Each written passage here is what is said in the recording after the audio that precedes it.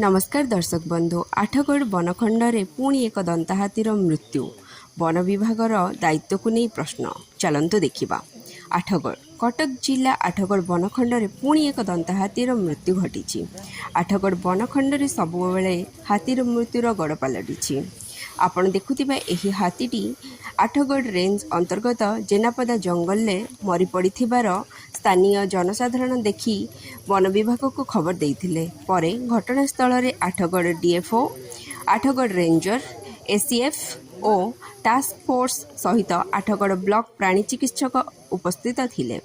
आठगढ़ बनखंड पुणी एक दंता हाथीर मृत्यु घटी। वन विभागर अधिकारी मानक कार्य अवहेला दिनकू दिन आठगढ़ बनखंडर हाथी मानकर संख्या ह्रास पाइबारे लागिछि। तेबे मृत्युर कारण अस्पष्ट रहिथिबा बेले घटनास्थल में वन विभाग कर्मचारी पहुंची हाथी मृत्युर तदंत जारी रखिछन्ति। तेबे एठारे प्रश्न उठुछि, हाथी सुरक्षा को नहीं वन विभाग करुछि कोन? हाथी बारंबार कहीं ग्रामाभिमुखी हेउछन्ति। हाथी मानक सुरक्षा पाई सरकार कोटी कोटी टंका व्यय करुथिले मध्य वन विभागर दायित्वहीन पाई ताहा आठगढ़ बनखंड रे विफल होइछि।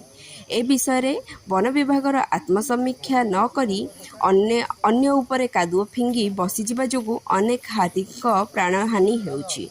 Bureau report the next Odisha.